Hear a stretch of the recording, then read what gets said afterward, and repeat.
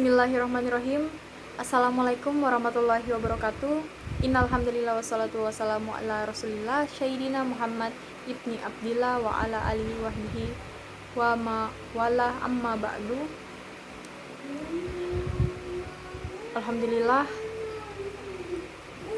dengan izin Allah saya dapat menerangkan beberapa pembahasan pada hari ini, yaitu mengenai syukur dan sabar dalam kehidupan.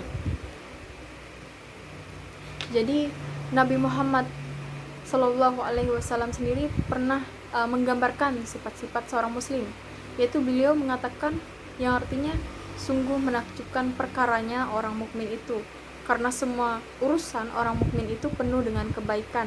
Jadi hal ini tidak terjadi pada orang lain kecuali orang mukmin saja. Jika mendapat kesenangan, syakar atau ia bersyukur, kemudian maka hal itu menjadi kebaikan baginya, dan apabila ditimpa kesulitan, sabar, ia bersabar, maka hal itu menjadi kebaikan baginya. Itu dihadiskan oleh riwayat Muslim. Kemudian bersyukur karena mendapat kesenangan adalah watak dari seorang mukmin, karena ia menyadari sepenuhnya bahwa tanpa Allah maka dirinya itu tidaklah berarti apa-apa. Jadi kalau misalkan ia sedang mendapatkan rizki yang berlimpah, jelas bukan karena usahanya semata, tetapi karena Allah lah yang melapangkan rizkinya melalui usahanya itu. Jadi kalau misalkan ada orang mukmin yang sakit lalu sembuh, itu jelas bukan keahlian dokter atau tabib dalam meracikan obat-obat, melainkan Allah lah yang menyembuhkan. Itulah adanya hal yang harus ditanamkan oleh seorang mukmin, yang diharuskan untuk menjadikan keyakinan dari seorang mukmin bahwa usaha adalah sarana menuju sukses, dan kesediaannya untuk berobat yang seperti dicontohkan sebelumnya, yaitu orang mukmin yang sakit, ketersediaannya untuk berobat ke dokter itu adalah bagian dari ikhtiar untuk sembuh dari penyakit yang dideritanya.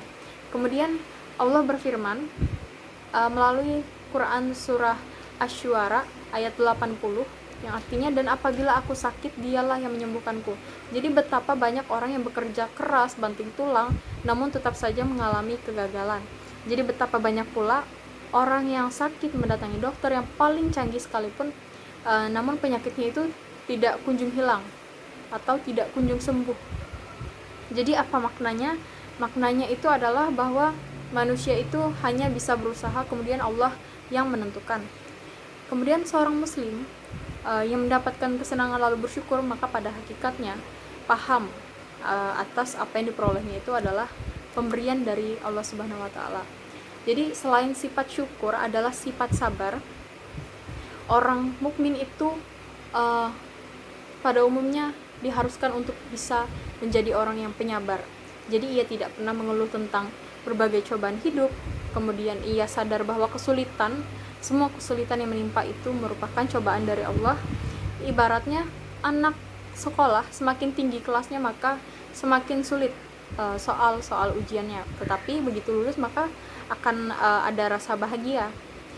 Kemudian apabila ada anak kelas 1 dan kelas 6 SD, ujiannya itu sama, maka namanya bukan ujian, karena ujian itu untuk menentukan tingkat, maka tingkat kesulitannya pun bervariasi sesuai dengan tingkat pengetahuan yang dimiliki oleh para siswa atau para anak ini. Ujian itu pada umumnya itu untuk menaikkan derajat.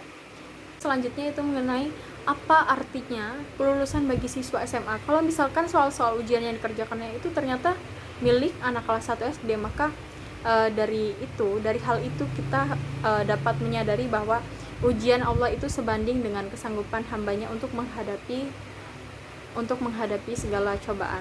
Jadi mustahil Allah akan menimpakan ujian dan cobaan hidup kepada hambanya di luar kemampuannya. Jadi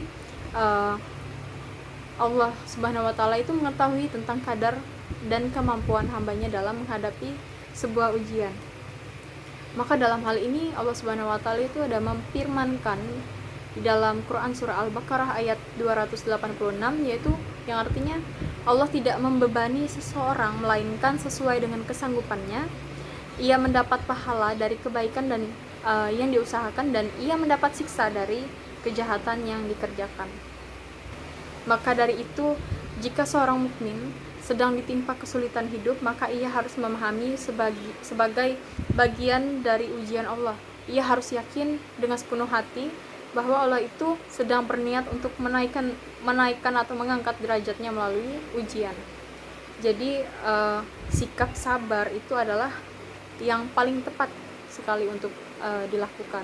Itu saja yang bisa saya sampaikan. Wassalamualaikum warahmatullahi wabarakatuh.